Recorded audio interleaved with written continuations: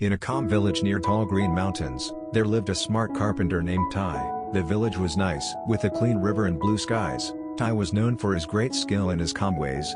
He was kind and tough, even when things were hard. He stayed calm.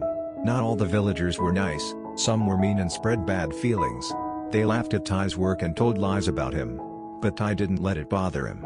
He thought that people's experiences make them who they are.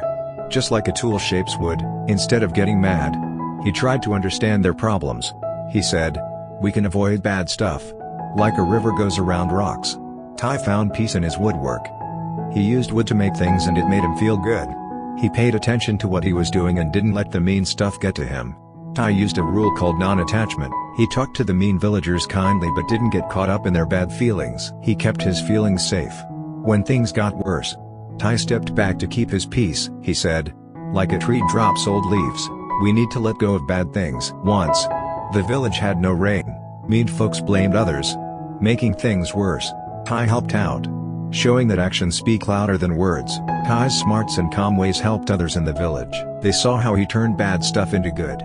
They learned that mean behavior comes from problems inside. Tai shared a smart thought about now.